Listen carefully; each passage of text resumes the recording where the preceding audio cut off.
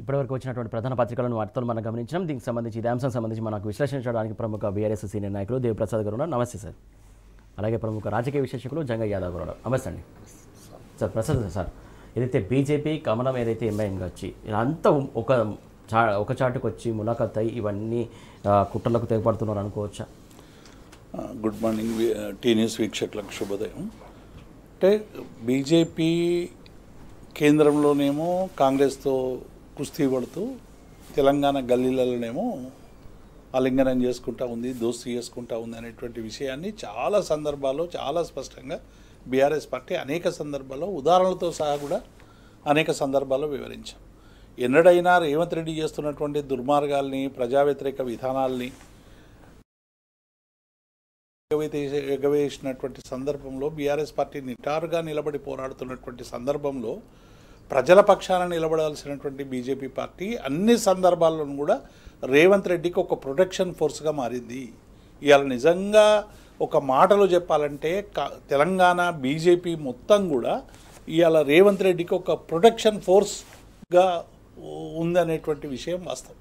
దానిలో భాగంగానే వచ్చినటువంటి ఉప ఎన్నికల్లో మనం జూబ్లీహిల్స్ ఉప ఎన్నికలు జరిగిపోయినాయి.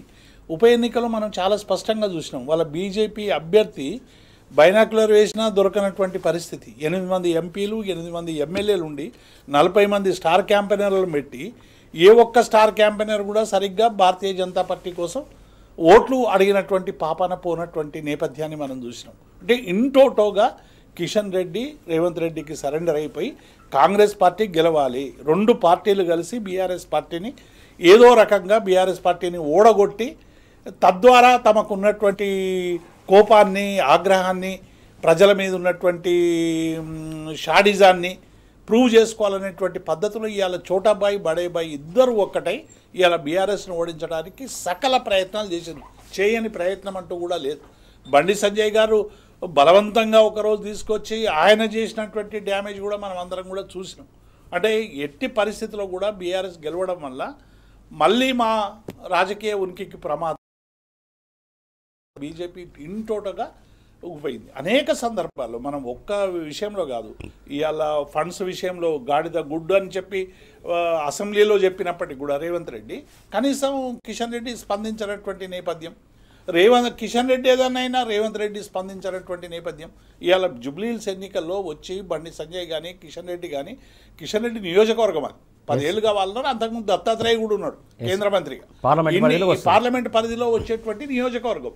మరి పార్లమెంటు సభ్యుడిగా నువ్వు ఏం చేసినావు? అనేక మంది పార్లమెంటు సభ్యులందరూ కూడా దత్తత తీసుకొని పార్లమెంటు నియోజకవర్గానికి విరివిగా డబ్బులు తీసుకొచ్చి ఆ ప్రాంతాన్ని అభివృద్ధి చేసినటువంటి ఘటనలు కోకొల్లలుగా మనకు దేశవ్యాప్తంగా కూడా కనబడతాయి. కానీ జూబ్లీహిల్స్ ఎన్నికలకు నువ్వు ఇచ్చినవి ఏంది అని అడిగేటువంటి దమ్ము, ధైర్యం ఇలా రేవంత్ రెడ్డికి లేదు. బీఆర్ఎస్ ప్రశ్నిస్తేనేమో మరి రాష్ట్రానికి సంబంధించినటువంటి అంశం మేము ఉన్నాయి, నేషనల్ హైవేలు చేసినాము, సన్న బియ్యంలో మా డబ్బులు ఉన్నాయి, మురుగుదొడ్లలో మా డబ్బులు ఉన్నాయి అని చెప్పేటువంటి ప్రయత్నం చేసి డైవర్షన్ చేసేటువంటి ప్రయత్నం చేశారు. కానీ ఈ ఉమ్మడి ఆంధ్రప్రదేశ్లో అయినా ఇప్పుడున్నటువంటి తెలంగాణలో అయినా కేంద్ర మంత్రిగా ఉన్నటువంటి కిషన్ రెడ్డి కానీ దత్తాత్రేయ కానీ ఈ ప్రాంతానికి ముఖ్యంగా జూబ్లీహిల్స్ నియోజకవర్గానికి చేసినటువంటి అభ్యర్థి ఏంది? మీరేమైనా ఒక వాటర్ ట్యాంకుకు ప్రత్యేకమైన నిధులు తెచ్చిర్రా, ఒక దళిత స్టడీస్ అనేటువంటి దాన్ని నిర్మించిర్రా, లేకుంటే రోడ్లు నిర్మించిర్రా, లేకుంటే ఏమన్నా కేంద్ర ప్రభుత్వ సంస్థలు తీసుకొచ్చిర్రా, ఏం తీసుకొచ్చిర్రు అనేటువంటి విషయమే స్పష్టత లేదు. ఉన్న మెడికల్ కాలేజ్గా ఎర్రగడ్డది ఒకటి చెప్తున్నాను మేము ఈఎస్ఐ చేసినామని, ఆ ఇదివరకే ఉన్నటువంటి దాన్ని కొంత మేరకు దాన్ని డెవలప్ చేశారు. కానీ కేంద్ర ప్రభుత్వం ప్రత్యేకంగా ఆ నియోజకవర్గానికి ఇచ్చినటువంటి నిధులు జీరో. అంటే దీన్ని బట్టి అర్థమవుతున్నది ఏంటంటే 2 పార్టీలు కలిసి బీఆర్ఎస్ ఎంపీ ల్యాండ్స్ ఏం చేస్తున్నాడు sir Kishan Reddy? MP lands నిధులు ఉంటాయి కదా.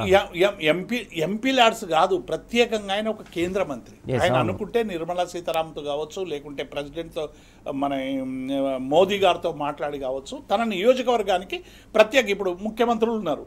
రేవంత్ రెడ్డి గారు కొడంగల్కి ఏం చేస్తున్నాడో చూసినాం.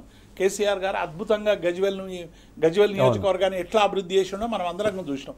అంతకుముందు ఉమ్మడి రాష్ట్రంలో వైఎస్ రాజశేఖర రెడ్డి పులివెందులను ఎట్లా చేసిండో చూసినాం. అంటే అనేక మంది ముఖ్యమంత్రులు కూడా తమ నియోజకవర్గాన్ని అభివృద్ధి పరచడంలో పోటీ పడ్డారు అందరూ. ఇలా గజ్వేల్లో ఒక 20 ఏళ్ల కింది పరిస్థితి ఇప్పుడు మనం చూస్తే అసలు ఒక 100 సంవత్సరాలు కూడా కేసీఆర్ను గెలిపించాలి అనేటువంటి ఒక అద్భుతమైనటువంటి అభివృద్ధి గజ్వేల్లో జరిగినటువంటి మాట వాస్తవం. అట్లాగే నీ నియోజకవర్గం మార్కు ఉండాలి కదా, కిషన్ రెడ్డి మేమందరం కలిసి ఎన్నుకున్నాం మాకేం చేస్తాడు అనేటువంటి దానికి ఇలా జవాబు లేదు. అంటే దానికి కారణం ఏంటంటే ఇలా ఇద్దరు కలిసి ఆయనను ఈయన మెచ్చుకోవడం, ఈయనను ఆయన మెచ్చుకోవడం, తూతు మంత్రంగా గిచ్చుకోవడం, తూతు మంత్రంగా అరుచుకోవడం తప్ప ఏ ఒక్కనాడైనా బీజేపీకి వ్యతిరేకంగా ఈ చివరికి అసెంబ్లీ సందర్భంగా కూడా మనం చూసినాం కదా, అదానీ అంబానీకి సంబంధించినటువంటి ఆ రోజు వచ్చినటువంటి నివేదిక మీద పార్లమెంట్లో చర్చ జరగాలని రాహుల్ గాంధీ గారేమో టీ షర్ట్స్ వేసుకొని పార్లమెంట్ లోపలికి వెళ్ళిపోయాడు. ఇక్కడ మా కేటీఆర్ గారు, మా వర్కింగ్ ప్రెసిడెంట్ కేటీఆర్ గారు, హరీష్ రావు గారు, మా శాసనసభ్యులందరూ కూడా ఆ ఒక బనియన్ వేసుకొని లోపలికి పోవడానికే అది వేసుకోవద్దు, అదానీ అంబానీకి ప్రొటెక్షన్ ఇవ్వాలి, లేకుంటే మోదీ గారికి కోపం వస్తుంది, మోదీ గారి ఆగ్రహానికి గురైతే నా రాజకీయ జీవితం పటాపంచలైపోతుంది అనేటువంటి భావనతో కనీసం శాసనసభ్యుల్ని అసెంబ్లీలోకి కూడా ప్రవేశించినటువంటి పరిస్థితిని మనం కల్లారా చూసినాం. అంటే బీజేపీకి వ్యతిరేకంగా ఒక పోరాటం మేము రాహుల్ గాంధీ ఏమో చాలా చెప్తాడు, రాజ్యాంగాన్ని చేస్తున్నది, సెక్యులర్ లేదు, రకరకాలుగా బీజేపీ మీద ఫెడరల్ స్ఫూర్తి లేదు, ప్రభుత్వ రంగ సంస్థల్ని నిర్వీర్యం చేస్తూ ఉన్నది అని ఇన్ని చెప్తున్నావు కదా. నువ్వు ఈరోజు చేస్తున్నటువంటి పోరాటం ఏంది బీజేపీకి వ్యతిరేకంగా తెలంగాణలో? ఎన్నడన్నా ప్రభుత్వ రంగ సంస్థల గురించి చేసినావా, నిరుద్యోగుల గురించి చేసినావా, లేకుంటే ఫెడరల్ స్ఫూర్తికి విరుద్ధంగా ఇవాళ తెలంగాణ ప్రభుత్వంతో కేంద్ర ప్రభుత్వం వ్యవహరిస్తున్నటువంటి తీరు పట్ల చూసినావా? ఇవాళ 4th 5th కాంట్రిబ్యూటర్గా ఉన్నటువంటి తెలంగాణ ఆర్థికంగా కేంద్రానికి ఇస్తున్నటువంటి దానిలో కనీసం ఒక 5% అయినా తెలంగాణకు తీసుకురావడానికి నువ్వేమైనా ప్రయత్నం చేసినావా? ఏమైనా నవోదయ స్కూళ్ళు ఏమైనా తీసుకొచ్చి ఇక్కడ పెట్టినా?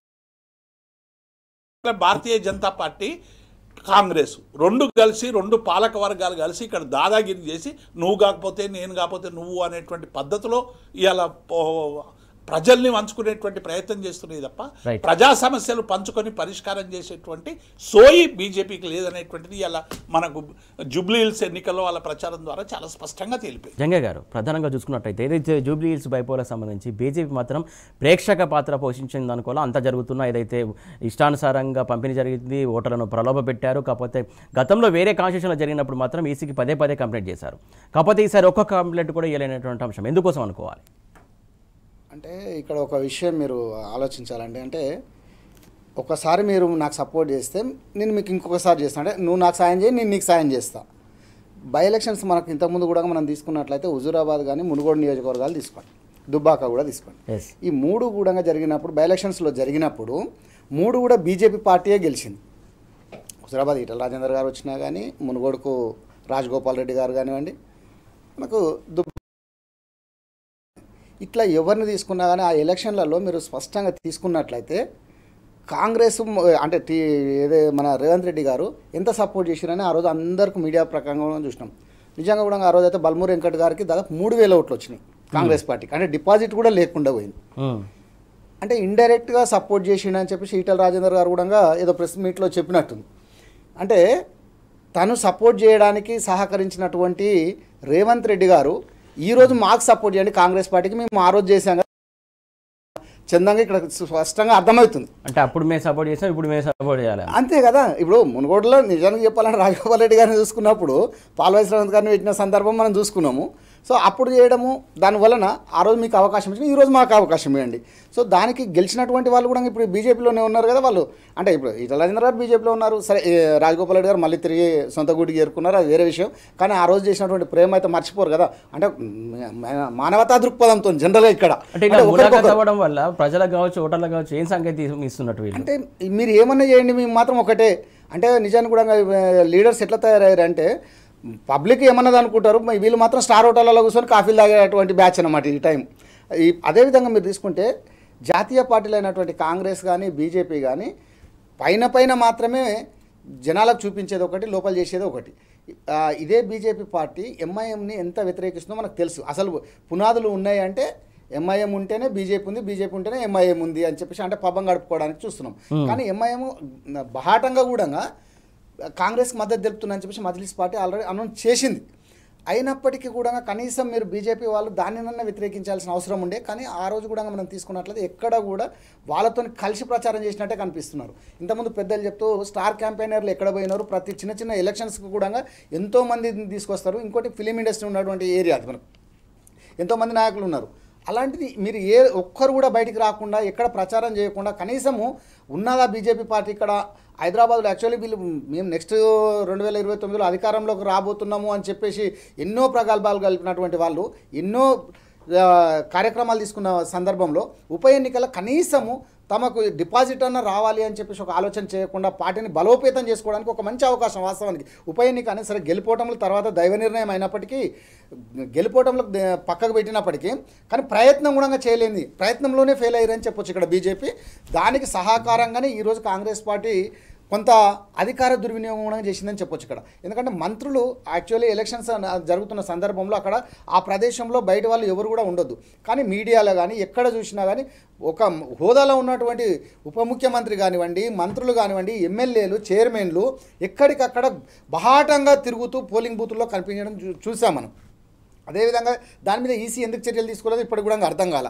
కనీసం దాని మీద చర్యలు తీసుకోండి అని ఒక కంప్లైంట్ రేజ్ చేసినటువంటి సందర్భము బీఆర్ఎస్ వాళ్ళు చేస్తున్నారు తప్ప ఎక్కడ కూడా బీజేపీ ఎందుకు చేయలేకపోతుంది అంటే అధికారంలో ఉన్నటువంటి బీజేపీ చేసినట్లయితే అధికారం ఉన్న వాళ్ళు ఖచ్చితంగా గుర్తిస్తారు కానీ అధికారం లేకపోయినప్పటికీ కూడా కాంగ్రెస్ పార్టీ మీద ప్రత్యేకంగా బీఆర్ఎస్ కంప్లైంట్ చేసినప్పుడు కూడా చర్యలు తీసుకోవాలి బీఆర్ఎస్ పదుల సంఖ్యలో చేసింది అయినా కూడా చర్యలు లేవు కదా కంప్లైంట్ కూడా అక్కడ నుంచి రియాక్షన్ లేదు అదే నేను అంటే మీరు కేంద్రంలో అధికారంలో ఉన్నప్పటికీ తీసుకోమని చెప్పుంటే ఎలక్షన్ కమిషన్కి చెప్పుంటే దాని రిజల్ట్ వేరుంటుండే వాస్తవానికి కానీ చేస్తే ఎక్కడ చర్యలు తీసుకుంటుందో చర్యలు తీసుకుంటే ఎక్కడ రిజల్ట్ చేంజ్ అవుతుందేమో అనే ఒక ఆలోచన విధానంతో పైన ఉన్నటువంటి అధికారులు కానీ అంటే పైన ఉన్నటువంటి వాళ్ళు నాయకత్వము ఎక్కడికక్కడ మీరు స్తబ్దతగా ఉండండి నియోజకవర్గంలో జరుగుతున్నది మాత్రమే ప్రేక్షక పాత్ర వహించండి అన్న చందంగా తయారైంది తప్ప నిజంగా ఫైట్ ఇద్దాము పార్టీని బలోపేతం చేద్దాము రేపు భవిష్యత్తులో దీనికి ఒక సూచిక అవుతుంది ఇండెక్స్ అవుతుంది నిజంగా కూడా బీజేపీ పార్టీ హైదరాబాద్ మహానగరంలో ఎక్కడనైనా ఎంతో కొంత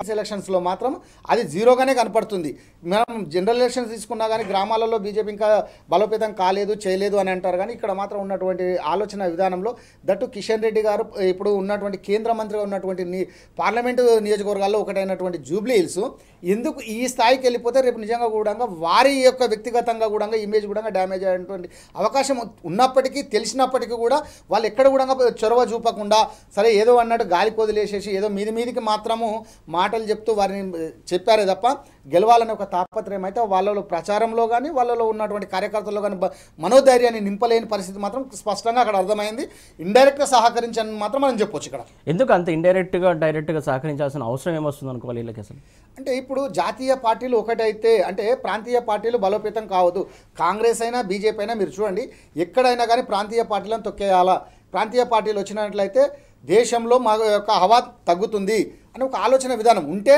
నువ్వు ఆ గట్టుకుంటావా ఈ గట్టుకుంటావా అని చెప్పేసి సినిమా డైలాగ్ ఉంది కదా ఉంటే కాంగ్రెస్లోనే ఉండాలి అంటే అధికారం కాంగ్రెస్ కన్నా ఉండాలి లేదంటే బీజేపీ కన్నా ఉండాలి మధ్యలో ఈ యొక్క ప్రాంతీయ పార్టీలు చొరవగిన వచ్చినట్లయితే రేపు భవిష్యత్తు ప్రశ్నార్థకం అవుతుంది అనే ఒక ఆలోచన విధానంతో కేంద్ర నాయకత్వము రెండు కూడా ఢిల్లీలో ఉన్నటువంటి నాయకత్వాలే ఇక్కడ ఉన్నటువంటి స్థానిక నాయకత్వం మీద నమ్మకం లేక వీళ్ళు ఎంతసేపు ఏంటంటే ఢిల్లీ పెద్దలకు ఇక్కడ బీజేపీ అయినా కాంగ్రెస్ అయినా కానీ ఢిల్లీ పెద్దల దగ్గర ఆశీస్సులు తీసుకొని ఇక్కడ అధికారం చెలాయించాల్సిందే తప్ప ప్రజలు ఇచ్చేటువంటి అధికారాన్ని మేము స్వతంత్ర నిర్ణయం తీసుకునేటువంటిది గౌరవంగాన్ని ఎంతసేపు అక్కడ తాకట్టు పెట్టడానికి ప్రయత్నం చేస్తున్నారు ప్రాంతీయ పార్టీలని ఎందుకు ఎదగనివ్వట్లేదు ప్రాంతీయ పార్టీల మీద ఎందుకు మీకు అంత కక్షపూరిత ధోరణి అంటే అక్కడ అధికారంలో ఉంటేనే ఇక్కడ వీళ్ళకి పనులు అవుతాయి వీళ్ళకు అధికారం చెలాయిస్తుంది వాళ్ళ ఆశీస్సులు ఉంటేనే వీళ్ళకి నాయకత్వం ముందు ఉంటుంది తప్ప ఇక్కడ ప్రజల నాయకత్వం మీద వాళ్ళకి ఏమాత్రం నమ్మకం లేదు ప్రజలన్నీ కూడా వాళ్ళ యొక్క సంక్షేమం కానీ అభివృద్ధి కానీ పక్కకు పెట్టేసి ఇంతసేపు ముఖ్యమంత్రులు ఇక్కడ ఎవరు గెలిచినా కానీ ఢిల్లీకి పోయి కప్పం కట్టి వచ్చినట్టే ఢిల్లీకి 10 సార్లు పోయి ఆలోచన తీసుకొని వచ్చి వాళ్ళ యొక్క షీల్డ్ కవర్ రాజకీయాలు నడుస్తున్నాయి తప్ప ఇక్కడ ప్రజల గురించి మాత్రం ఎక్కడ కూడా చేస్తలేరని ఇక్కడ స్పష్టంగా అర్థమవుతుంది దానికే వాళ్ళు ఒకటే ఇరని మాత్రం చెప్పొచ్చు ఇక్కడ వచ్చేసరికి బీజేపీ కానీ కాంగ్రెస్ కానీ మేము మాత్రం లేదు మేము మేమేం ప్రత్యామ్నాయము బీఆర్ఎస్కి మేము ప్రత్యామ్నాయం కాంగ్రెస్ అంటే బీజేపీ లేదు 2029లో మొత్తం హవా మాదే దేశం మొత్తం మాదే మోడీ గారి హవా నడుస్తుంది అని చెప్పేసి చెప్పుకుంటున్నారు తప్ప ఈ సందర్భంలో చెప్పడానికి ప్రయత్నం చేస్తున్నారు కానీ మాటలలో చెప్తున్నారు కానీ చేతలలో ఎక్కడ కూడా కనపడట్లేదని స్పష్టంగా అర్థమైంది ఈ రోజు రెండు జాతీయ పార్టీలు కూడా వారి స్వార్థ రాజకీయాల కోసమే రాజకీయం చేస్తున్నారు తప్ప ప్రజల కోసం కావచ్చు లేకుంటే సంక్షేమం కోసం కాదని చెప్పేసి జంగయ్య గారు ఆరోపిస్తున్నటువంటి అంశం దేవి సార్ కావచ్చు బీజేపీ సర్కార్ కావచ్చు ఇటు కాంగ్రెస్ సర్కార్ కావచ్చు మొత్తానికి నిరుద్యోగ వ్యవస్థ పెరిగిపోతుంది అయితే పల్లెబాట పడుతున్నటువంటి అంశం మనం చూస్తున్నాం మొత్తానికి ఓవరాల్గా ఇలాంటి పరిస్థితి ఎందుకు వస్తుంది ఆర్థిక క్షీణత కూడా లోపిస్తున్నటువంటి అంశం అంటే ఇక్కడ భారతీయ జనతా పార్టీ కానీ భారతీయ జనతా పార్టీ అయితే చాలా హామీలు ఇచ్చింది. 1 కోటి ఉద్యోగాలు ఇస్తామని చెప్పి మోదీ గారు ఎన్నికల మేనిఫెస్టోలో ప్రకటించి వారు అంటే కోటిలో 10 లక్షలు కూడా ఇవ్వలేదు. బీహార్లో 1 కోటి ఉద్యోగాలు ఇస్తామని చెప్పి ఇక్కడ కూడా మళ్ళీ ప్రజల్ని మోసం చేసేటువంటి పని చేస్తారు. అంటే నిరుద్యోగులు వస్తున్నటువంటి నిరుద్యోగులకు ఇస్తున్న ఉద్యోగాల మధ్య అంతరం రోజు పెరిగిపోతుంది. దీనికి కారణం ఏంటంటే సరైనటువంటి ఆర్థిక విధానాలు కానీ పారిశ్రామిక విధానాలు కానీ 2 ప్రభుత్వాలకు ఇలా లేకపోవడం, ఇటు ఆంధ్రప్రదేశ్ తెలంగాణలో కానీ అటు కేంద్రంలో కానీ. ఎందుకంటే కేసీఆర్ గారు తొలుత 10 ఏళ్లలో తెలంగాణ రాష్ట్రం సాధించిన తర్వాత నూతన టీఎస్ఐ పాస్ అని తెచ్చాడు. ప్రభుత్వ ఉద్యోగాలు ఎక్కడైనా కూడా 2% కంటే ఎక్కువ ఉండేటువంటి అవకాశం లేదు. 1.5 నుంచి 2% ఉంటాయి. 4 కోట్ల జనాభాకి 8 లక్షల కంటే ఎక్కువ మనం ప్రభుత్వ ఉద్యోగాలు ఇవ్వలేము. కాబట్టి ఈ ఉద్యోగులందరినీ కూడా నిరుద్యోగులందరినీ కూడా అకామిడేట్ చేయాలంటే పరిశ్రమల్ని ఆహ్వానించాలని కేటీఆర్ గారు అనేక విదేశీ సంస్థలతో బహుళజాతి సంస్థలతో మాట్లాడి హైదరాబాద్ నగరంలో అనేక ఐటీ ఫార్మా కంపెనీలు తీసుకొచ్చి లక్షలాది మందికి ఉద్యోగాలు ఇచ్చేటువంటి ఒక గొప్ప ప్రయత్నం నూతన టీఎస్ఐ పాస్ ద్వారా జరిగింది. ఎందుకంటే బహుళజాతి సంస్థలు ఏవి రావాలన్నా ఇక్కడ లా అండ్ ఆర్డర్ మంచిగా ఉండాలి, తర్వాత విద్యుత్కు సౌకర్యం మంచిగా ఉండాలి, ఇన్ఫ్రాస్ట్రక్చర్ మంచిగా ఉండాలి, తర్వాత ప్రభుత్వంలో కరప్ట్ అంటే సింగిల్ విండో సిస్టమ్ ఉండాలి. అంటే ఈ ప్రతి పరిశ్రమ పారిపోయింది తప్ప ఇక్కడ నిలకడగా ఉండి పెట్టుబడి పెట్టి ఇక్కడ ఉత్పత్తి చేసినటువంటి ఏ ఒక్క సంస్థ కూడా లేదు. కాబట్టి ఇలా నిరుద్యోగ యువకులకు ఎక్కడ కూడా ఉద్యోగ అవకాశాలు లేక మనకు ఆ సర్వే చాలా స్పష్టంగా కనబడతా ఉంది. 16 నుంచి 17.5% పెరిగిపోయింది. మళ్ళీ గ్రామాలకు పోయి మళ్ళీ వ్యవసాయం ఇతర వృత్తుల్లో స్థిరపడేటువంటి ప్రయత్నం జరుగుతున్నది అనేటువంటి విషయం. అంటే కాబట్టి ఉద్యోగాలు ప్రభుత్వంలో కానీ పారిశ్రామిక ప్రాంతాల్లో కానీ ఇవ్వడానికి అవసరమైనటువంటి ఆర్థిక పారిశ్రామిక విధానాలు సరైనటువంటి రీతిలో ఇలా భారతీయ జనతా పార్టీ లేదు. పైగా ఏం చేస్తూ ఉంది, నిరుద్యోగం పెంచుతూ ఉంది.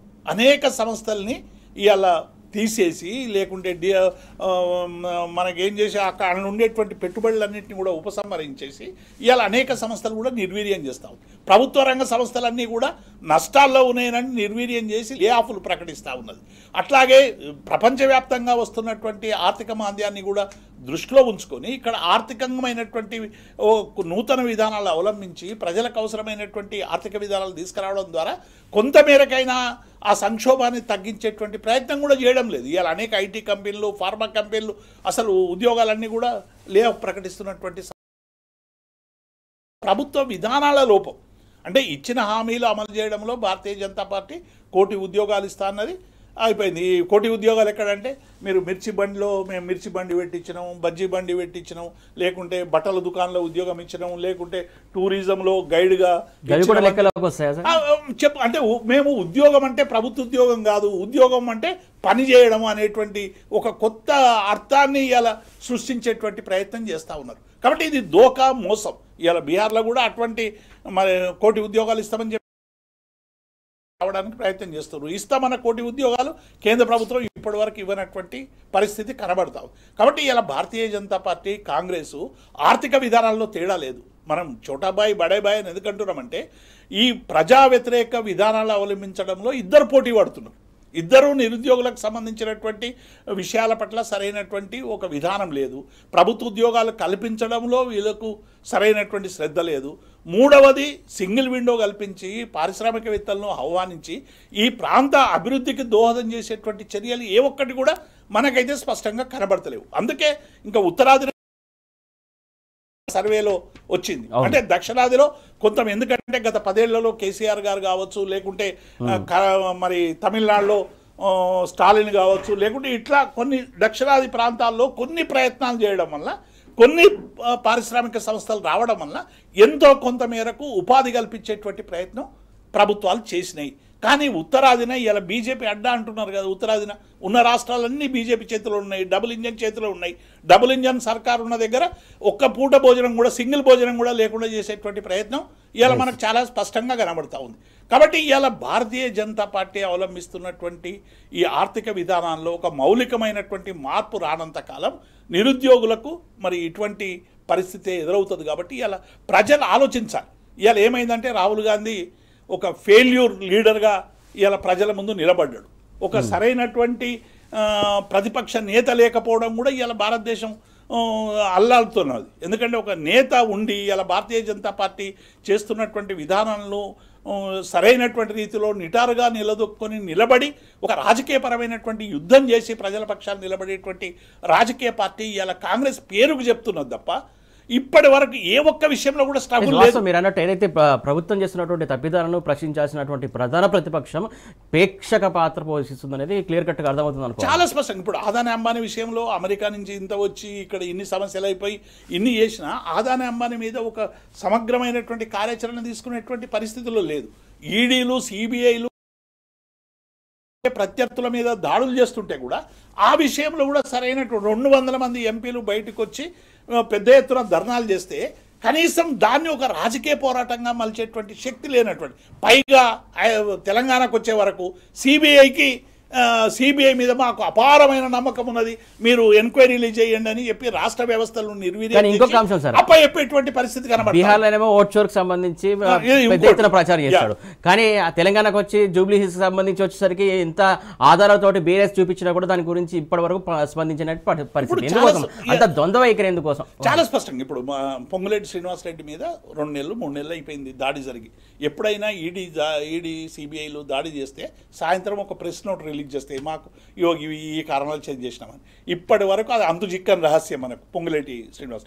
మీరు అన్నట్టు ఓట్ చోరీ విషయంలో ఇవాళ బీహార్లో చనిపోయినటువంటి వాళ్ళ పేర్లు ఉన్నాయని, లేకుంటే రకరకాలుగా 60 లక్షల్లో పెద్ద ఎత్తున జరిగిందని ఆయన అనేక ప్రయత్నాలు చేసి వీడియోలు పెట్టి కర్ణాటక గిరిన అన్ని తిరిగి చేసి, కానీ తెలంగాణలో ఈసీ ఇవాళ ఇంత నిర్లజ్జగా జూబ్లీ హిల్స్ ఎన్నికల్లో ఏకపక్షంగా వహిస్తుంటే భారతీయ జనతా పార్టీ ఒక్కసారన్న పోయి ఎన్నికల కమిషన్కు, మరి ఎందుకంటే ఎన్నికల కమిషన్ వాళ్ళది కాబట్టి చేసేటువంటి ప్రయత్నం లేదు. అక్కడనే ఓట్ చోర్ చేస్తున్నారు. ఇక్కడ ఓట్ చోర్ చేయడానికి అవసరమైనటువంటి సామాగ్రిని ఇలా కాంగ్రెస్ పార్టీకి అందిస్తున్నటువంటి సందర్భాన్ని చూస్తూ ఉన్నాం. మజ్లిస్ పార్టీనేమో ఇక్కడ కాంగ్రెస్ బి టీమ్గా వాడుకుంటుంది, దేశవ్యాప్తంగానేమో బీజేపీ వాడుకుంటుంది. అంటే మీరు అన్ని చూడండి, ఈ 2 రాజకీయ పార్టీల మధ్య పేరుకు కార్యాలయం వేరు, కానీ బొట్లలో కొంత తేడా ఉండొచ్చు, వాళ్ళు పెద్దగా వాళ్ళు చిన్నగా పెట్టొచ్చు, కానీ మిగతా ఏ విషయంలో కూడా ఆర్థిక విధానాల విషయంలో కావచ్చు, పారిశ్రామిక విధానాల్లో కావచ్చు, పరిపాలన విషయంలో కావచ్చు, శాంతి భద్రతల విషయంలో కావచ్చు, ఉపాధి కల్పన విషయంలో కావచ్చు, మీరు ఎందులో చూసినా దొందే. ఇలా ఒకే తాను ముక్కలు బీజేపీ కాంగ్రెస్ అనేటువంటి విషయాన్ని ఇలా ప్రజలు అర్థం చేసుకుంటారు. కానీ ఒక ఆల్టర్నేట్ ప్రత్యామ్నాయం లేకపోవడం వల్ల ఇలా ప్రజలు ఏదో ఒక రాయి కొట్టుకోవాలని ఇలా అటు ఇటు కొట్టుకునేటువంటి పరిస్థితి కనబడతా ఉంది. భవిష్యత్తులో దీన్ని డెఫినెట్గా, అందుకే కేసీఆర్ గారు 3వ ప్రత్యామ్నాయం టీఆర్ఎస్ను బీఆర్ఎస్గా మార్చి దేశవ్యాప్తంగా మార్చి ఈ 2 రాజకీయ పార్టీల దాదాగిరిని కట్టడి చేసి ఒక 3వ ప్రత్యామ్నాయం కావాలి, ప్రజల కోసం ఆలోచించేటువంటి ఒక రాజకీయ పార్టీ కావాలి అనేటువంటి విషయంలో వారు కేసీఆర్ గారు ఆలోచించి కొంత ముందడుగు వేసే ప్రయత్నం చేశారు. కానీ కొన్ని సమస్యల వల్ల అది సరైనటువంటి రీతిలో ఇలా దేశవ్యాప్తంగా ఒక ప్రభావాన్ని చూపించలేనటువంటి పరిస్థితి ఉంది. కానీ నిజంగానే కేసీఆర్ గారి ఆలోచన విధానం ఇవాళ ప్రజలు దేశవ్యాప్తంగా అందుకొని ఉంటే ఇలా ఒక 3వ ప్రత్యామ్నాయం రూపుదిద్దుకొని ఈ 2 పార్టీల ప్రజా వ్యతిరేక విధానాలను అడ్డుకునేటువంటి ఒక గొప్ప శక్తిగా ఎదిగేటువంటి అవకాశం ఉండే డెఫినెట్గా మనం ఊహిద్దాం, జరగాలని కూడా కోరుకుందాం. సార్ జంగయ్య గారు, ప్రధానంగా చూసుకున్నట్లయితే తెలంగాణకు సంబంధించి రాష్ట్ర ప్రభుత్వం కావచ్చు, లేకుంటే బీజేపీ ఉన్నటువంటి కేంద్ర ప్రభుత్వం కావచ్చు, ఆర్థిక పరిస్థితి చాలా క్షీణిస్తున్నటువంటి అంశం గణాంకాలు చెబుతున్నాయి. దాంతో పాటుగా నిరుద్యోగ వ్యవస్థ కూడా ఇటు రాష్ట్రంలో కావచ్చు, కేంద్రంలో కూడా మరింత పెరుగుతున్నటువంటి అంశం.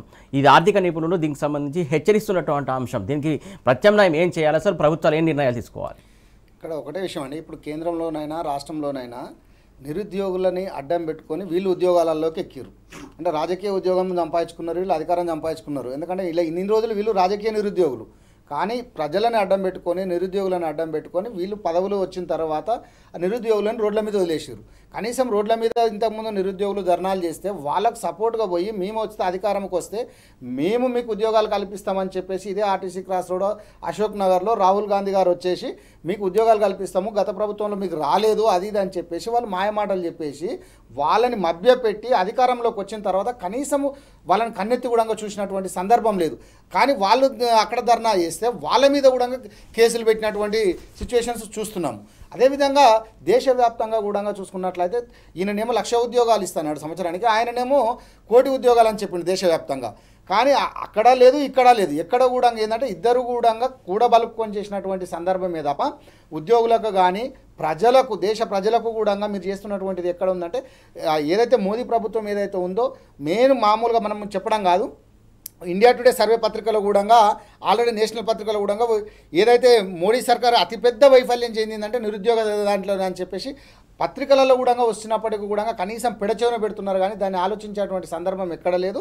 కనీసము ఈరోజు మనం చూసుకున్నట్లయితే ఉద్యోగం రాక పిహెచ్డీలు చదివినటువంటి వాళ్ళు కనీసం ప్యూన్గానన్నా చేద్దాము, కనీసం పొట్టకూటి కోసం ఏదో బతుకు తెరువు కోసం ఏదో బయలుదేరినామన్న చందంగా ఊర్ల పైన ప్రయాణం చేసి కనీసం వ్యవసాయం ఎకరమో 2 ఎకరాలు ఉన్నటువంటి వారికి కనీసం గ్రామాలలో పొట్ట గడుపుకుందామని చెప్పేసి బయలుదేరినటువంటి సందర్భం. కానీ ఇంతకుముందు గతంలో తీసుకున్నట్లయితే పెద్దలు చెప్పినట్టు తెలంగాణ రాకముందు సమైక్యాంధ్రలో ఉన్నటువంటి అన్నిటినీ అధిగమించేసి విద్యుత్ కానివ్వండి, రైతులకు కావాల్సినటువంటి ప్రతిదీ కూడా సమకూర్చిన సందర్భం చూసాం.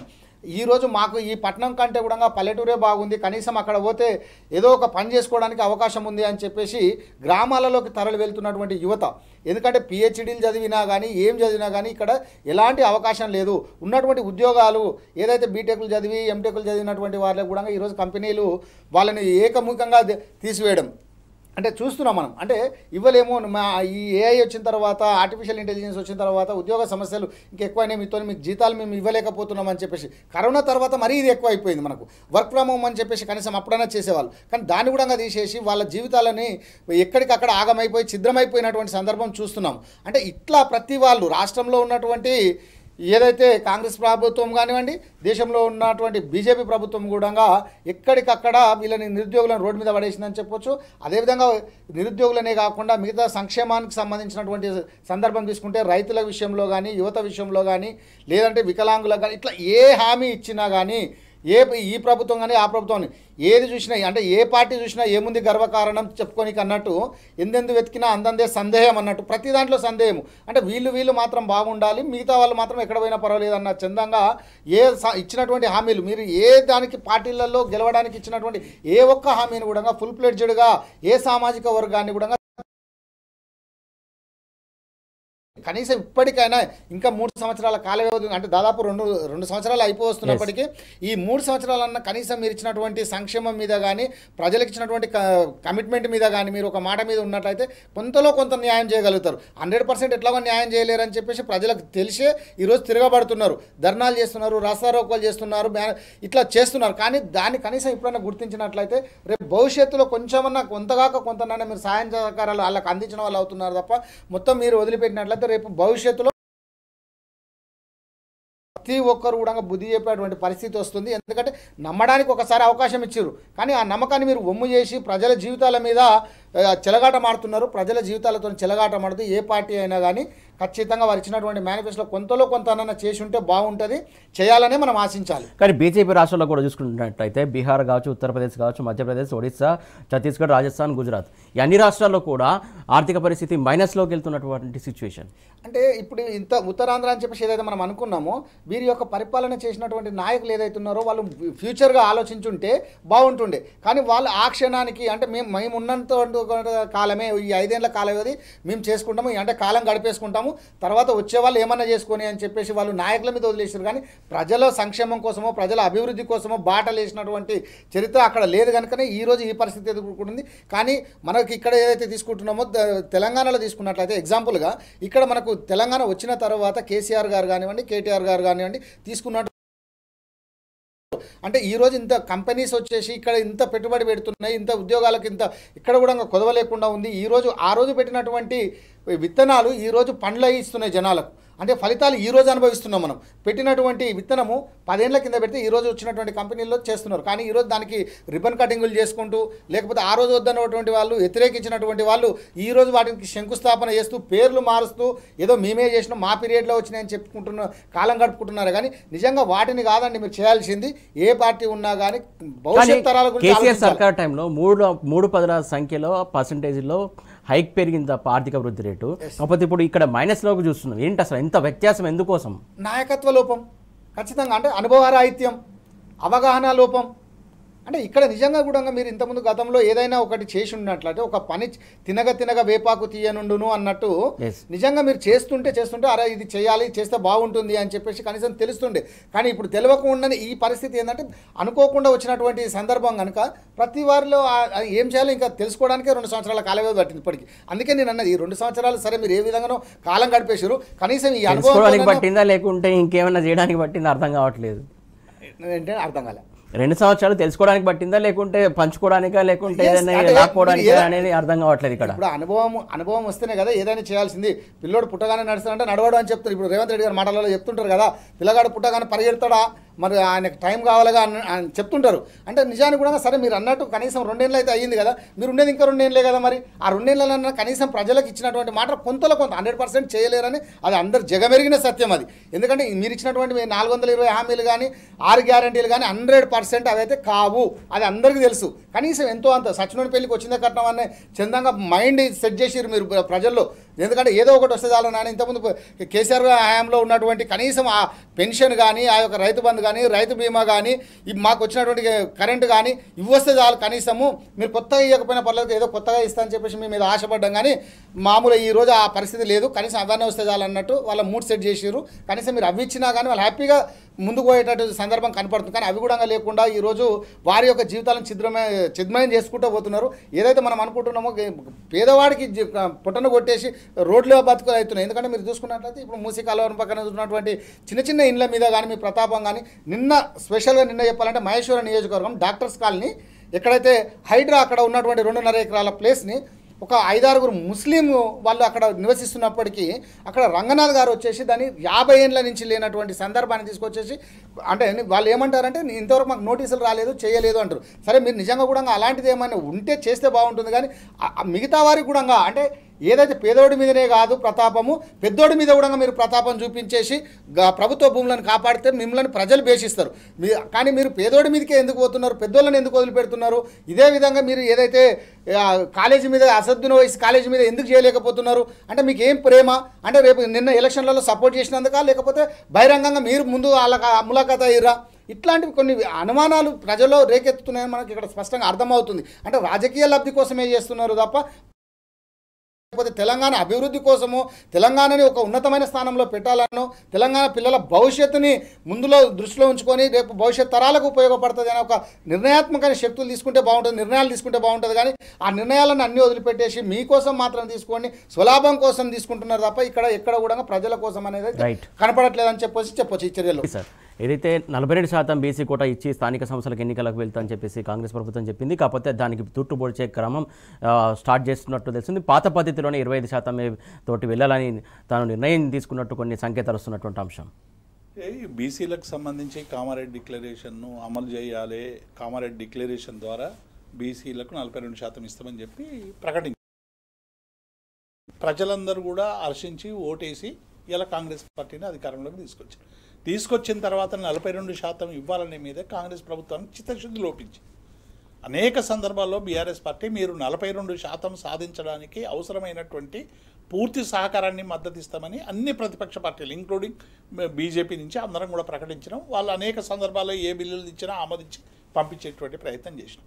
శాసనసభలో ముఖ్యమంత్రి చెప్పింది ఏంటి, ఒకవేళ ఈ బిల్లు ఎందుకంటే కేసీఆర్ గారు గతంలోనే దీన్ని అమెండ్మెంట్ చేసి పంపిస్తే ఆ రోజు హైకోర్టు కొట్టేసింది, సుప్రీంకోర్టుకు పోతే కూడా పాత విధానంలోనే ఎన్నికల జరుపు 50% కంటే మించొద్దు అనేటువంటి విషయంలో సుప్రీంకోర్టు ఇచ్చినటువంటి తీర్పు ఏదైతే ఉందో ఇందిరా సహాని కేసులో దాన్నే ఇంప్లిమెంట్ చేయాలి తప్ప 50%కి మించి ఇవ్వడానికి వీల్లేదని చెప్పి ఆ రోజు కేసీఆర్ గారు తెచ్చినటువంటి జీవోను కొట్టివేస్తే పాత పద్ధతిలోనే ఎన్నికలు జరిగినాయి.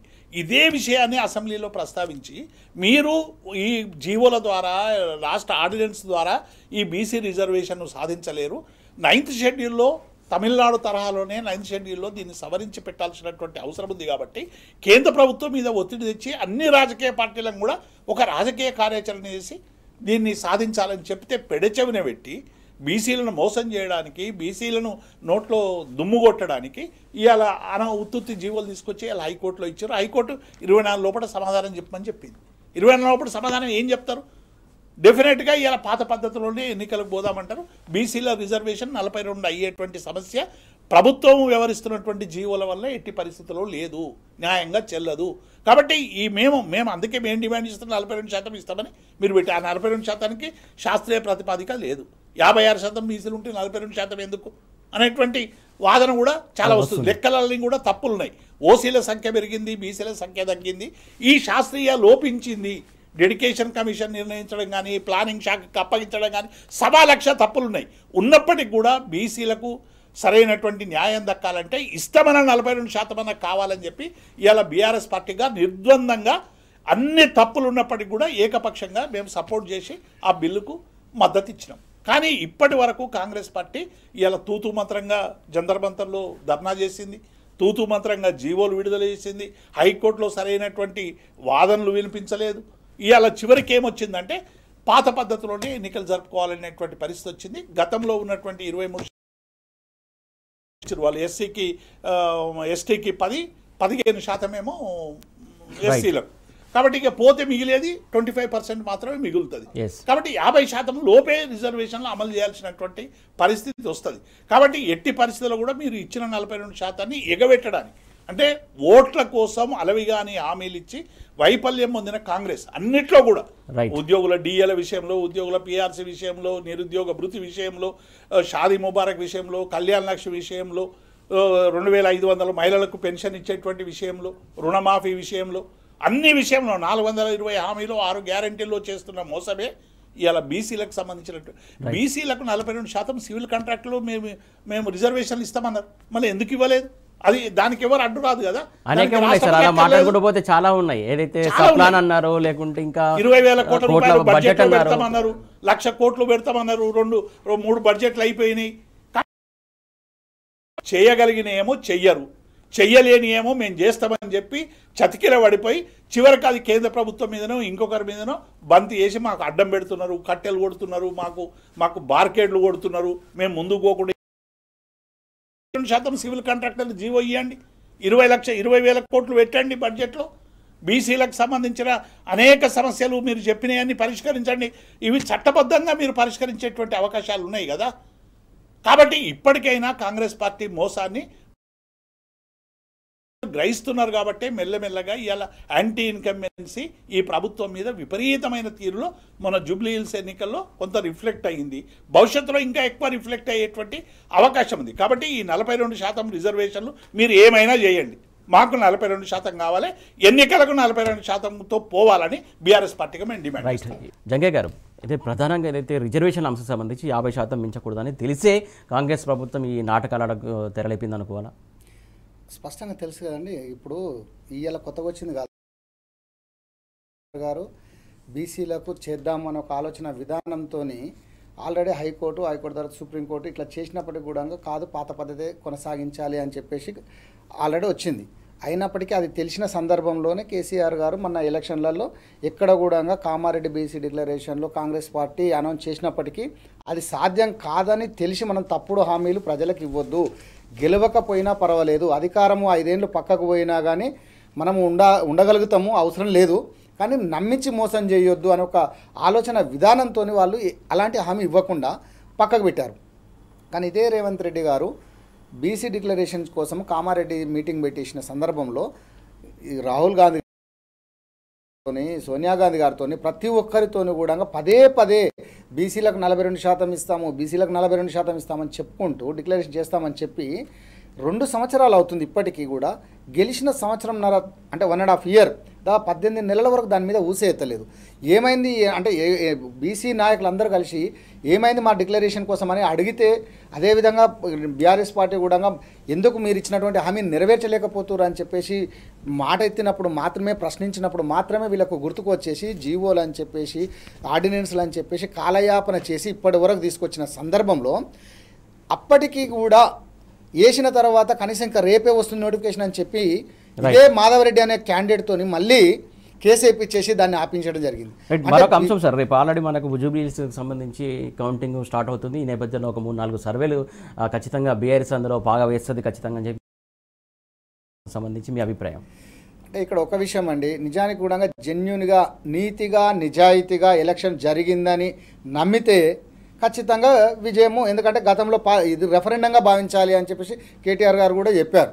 వాస్తవానికి అంటే నీతిగా ఎలక్షన్ జరిగి ఉంటే, ఈసీ నిజాయితీగా పనిచేసి ఉంటే, కానీ అది రెఫరెండం అని చెప్పారు. కానీ ఈరోజు జరిగింది ఏందనేది ప్రజలకు అందరికీ తెలుసు. ఓటు వేసిన అధికారము నిజంగా ఇంతకుముందు మనం గతంలో అనుకున్నప్పుడు అధికార దుర్వినియోగము ఎక్కడ కూడా ఈసీ గతంలో బీహార్లో జరుగుతున్నటువంటి సందర్భం మనం చూసాము. ఏదైతే మైనార్టీ మహిళలకు మనము ఓటింగ్ చేసుకునేటప్పుడు ఖచ్చితంగా వారి ఫేస్ ఉందా లేదని చెప్పేసి మనం చెక్ చేసుకొని ఒక ఆఫీసర్ని పెట్టేసి ఒక డిపార్ట్మెంట్ వాళ్ళని పెట్టి చెక్ చేసేవాళ్ళు. కానీ జూబ్లీ హిల్స్లో అలాంటిది ఏమైనా జరిగిందా? ఈసీకి ఇన్నిసార్లు మనము ఏదైతే బీఆర్ఎస్ పార్టీ ఇక్కడ దొంగోట్లు వేస్తున్నారు అని చెప్పేసి ఎన్నోసార్లు కంప్లైంట్ ఇచ్చినప్పటికీ కూడా దాని మీద ఏమైనా చర్య తీసుకుందా? మరి ఇలా ఎందుకు చర్యలు తీసుకోలేదు అంటే తీసుకోవాల్సిన చట్టమే పనిచేయకపోతే గెలుపు ఎలా సాధ్యమవుతుంది? అంటే ఇక్కడ మనం నిజంగా కూడా ఎవరు గెలుస్తారు ఏంది అనేది ఇంకా 24 అవర్స్లో తెలుస్తుంది.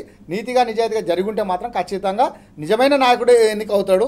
ఇది మాత్రం మనం చెప్పలేని సందర్భం. ఎందుకంటే ఇది ఏది ఎవరు గెలిచినా ఒక 1000-2000 ఓట్లే తప్ప మార్జిన్ పెద్దగా లేదు.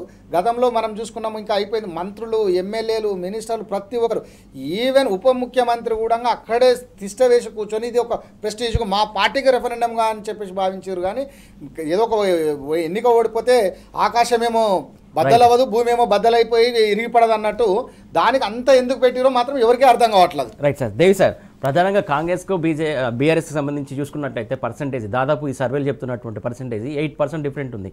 బీఆర్ఎస్కే ఎక్కువ మొగ్గు చూపుతున్నటువంటి అంశం. ఇప్పుడు ఎగ్జిట్ పోల్లో డెఫినెట్గా ఇప్పటికే మేము విజయం సాధించినాం. ఎందుకంటే ప్రభుత్వ వైఫల్యాల్ని, ప్రభుత్వం చేస్తున్నటువంటి దుర్మార్గాల్ని, ప్రజలకు ఇచ్చినటువంటి హామీల వైఫల్యాల్ని, కాంగ్రెస్ పార్టీ చేస్తున్నటువంటి దుర్మార్గాల్ని, ఇవన్నీ కూడా ప్రజల్లో చాలా తీవ్రమైనటువంటి చర్చ పెట్టి ఇలా దోషిగా కాంగ్రెస్ పార్టీని బోన్లో నిలబెట్టేటువంటి ఒక గొప్ప ప్రయత్నం ఇవాళ మా వర్కింగ్ ప్రెసిడెంట్ కేటీఆర్ గారి నాయకత్వంలో జూబ్లీ హిల్స్లో జరిగింది. ఇప్పటికే మేము ఓడిపోతామనో ఎన్నికలు చాలామంది రకరకాలుగా మాట్లాడుతారు. ఓడిపోతారని ఎన్నికల కంప్లైంట్ చేసిరండి. ఓడిపోతామని ఎన్నికల కంప్లైంట్ చేయలేదు. ఈసీ వ్యవహరిస్తున్నటువంటి తీరు తప్పులు తడకగా ఉంది. ఒక ప్రజాస్వామ్య దేశంలో ఎన్నికలు జరపాల్సినటువంటి పరిస్థితిలో ఇలా రాజ్యాంగబద్ధంగా ఎన్నికలు జరగడం లేదు. ఇలా ప్రాపర్ వెరిఫికేషన్ రాష్ట్ర ప్రభుత్వ చర్యలు కూడా, పోలీస్ వ్యవస్థ కూడా ఇక్కడ మొత్తం ఇప్పుడు అడ్మినిస్ట్రేషన్ అంతా కూడా ఇలా రేవంత్ రెడ్డి ప్రభుత్వానికి ఉపయోగించుకొని ఇవాళ పోలీస్ కానీ, ఎన్నికల కమిషన్ కానీ, అధికారులు కానీ ఇంటోటోగా ఇవాళ ప్రతిపక్షాలకు వ్యతిరేకంగా ఇవాళ బీజేపీ కాంగ్రెస్కు సానుకూలంగా పనిచేసేటువంటి ప్రయత్నం చేసినాయి. ప్రాపర్ వెరిఫికేషన్ లేదు. 4 లక్షల ఓట్లలో ఇవాళ కార్యకర్తలు ఇంటింటికి తిరిగినా కూడా 2,20,000 కంటే ఎక్కువ కనబడినటువంటి పరిస్థితి, తెలవనటువంటి స్థితి. ప్రాపర్ వెరిఫికేషన్ లేదు. కేటీఆర్ గారు చాలా స్పష్టంగా దొంగ ఓట్లకు సంబంధించి ఓటర్ ఐడెంటిటీ కార్డులతో ఏ అపార్ట్మెంట్లో ఎన్ని ఓట్లు ఉన్నాయనేటువంటి విషయాన్ని చాలా స్పష్టంగా వివరించిండు. దాని మీద వెరిఫికేషన్ లేదు. ఎన్నికల 66-67 బూతులలో ఎన్నికలు జరుగుతున్నటువంటి సందర్భంలో లోపలికి పోతున్నటువంటి వాళ్ళకి ఎవరికి కూడా ఐడీలు లేకుండా లోపలికి పంపించేటువంటి ప్రయత్నం చేశారు. ఫంక్షన్ హాల్లో జనాలను పెట్టి దొంగ ఓట్లందరినీ కూడా ఒక దగ్గర జమ చేసి వాళ్ళతో ఓట్లు వేయించేటువంటి ప్రయత్నం చేస్తున్నారని మా నాయకులందరూ కూడా రెడ్ హ్యాండెడ్గా పట్టిస్తే కూడా దాని మీద చర్యలు తీసుకున్నటువంటి నేపథ్యం. అంటే ఇంటోటోగా ఎన్నికల సంఘం ఒక ప్రేక్షక పాత్ర వహించింది. రేవంత్ రెడ్డి కనుసన్నల్లో ఎన్నికల కమిషన్ పనిచేసింది. ఇలా బీఆర్ఎస్ను అనగదొక్కడానికి కేంద్ర ఎన్నికల సంఘం, రాష్ట్ర ఎన్నికల సంఘం, చోటే బాయ్ బడే బాయ్ ఇద్దరు కలిసి ఇవాళ తెలంగాణ ప్రజల ఆకాంక్షల మీద మట్టి కొట్టేటువంటి ప్రయత్నం చేశారని మేము ఆరోపణలు చేస్తూ ఉన్నాం. ఏ ఒక్కదానికి జవాబు లేదు. చివరికి ఎగ్జిట్ పోల్ విషయంలో కూడా మా నాయకులందరికీ ఎన్నికల కమిషన్కు కంప్లైంట్ చేశారు. 6 గంటలకు ఇంకా లైన్లు ఉన్నాయి. అవి 7 వరకు కూడా ఇంకా లైన్లో కొనసాగేటువంటి అవకాశం ఉంది. మీరు ఎగ్జిట్ పోల్ ఇప్పుడే చెప్పడం వల్ల దాని ప్రభావం ఓటర్లలో, లైన్లో ఉన్నటువంటి ఓటర్ల మీద పడుతుందని చెప్పినప్పటికి కూడా బేఖాతరు చేసి 6:30కే ఎగ్జిట్ పోల్స్ ప్రచారం చేసినటువంటి సందర్భాన్ని చూసినాం కదా. అంటే కాబట్టి మొదటి నుంచి వెరిఫికేషన్ దగ్గర నుంచి డబ్బాలో ఓట్లు పడే వరకు ఇవాళ ఇంటోటోగా కూడా కాంగ్రెస్ బయటి నాయకులు అందరూ వచ్చి యథేచ్ఛగా అక్కడ ప్రచారం చేస్తూ ఉంటే వీడియోలో చూపించి వాళ్ళందరినీ కూడా మేము ఐడెంటిఫై చేసి చెప్తే కూడా ఏ ఒక్క నాయకుని కూడా అరెస్ట్ చేయలేదు. కాబట్టి ఇవన్నీ వైఫల్యాల్ని మేము పెట్టాం. ఇన్ని వైఫల్యాల్ని అడ్డుకొని కూడా జూబ్లీ హిల్స్ ఎన్నికల్లో ప్రజలందరూ కూడా రేవంత్ రెడ్డి ప్రభుత్వం చేస్తున్నటువంటి దుర్మార్గాలకు వ్యతిరేకంగా నిటారుగా నిలబడినందుకు మేము వాళ్ళకి హ్యాట్స్ ఆఫ్ చెప్తా ఉన్నాం. డెఫినెట్గా ఇలా మేము విజయం సాధించడం. ఎన్నికల్లో రేపు కౌంటింగ్ జరుగుతుంది కావచ్చు. కౌంటింగ్లో ఎన్ని వేల మెజార్టీ వస్తుంది ఏంది అనేటువంటిది వేరే విషయం. ఇలా బీఆర్ఎస్ పార్టీగా, ఒక ప్రతిపక్ష పార్టీగా ప్రజా వ్యతిరేక విధానాలు అవలంబిస్తున్నటువంటి ఈ పాలక పక్షాన్ని బోన్లో నిలబెట్టి ప్రజలతో చూపించి కడిగేసినాం అనేటువంటి విషయాన్ని నేను స్పష్టం చేస్తాను. Right sir, thank you sir Devi sir, thank you sir Jangaiah గారు, థ్యాంక్ యూ సో మచ్. ఇది ఇవాటి వార్తలు వాస్తవాలు. Keep watching tea news.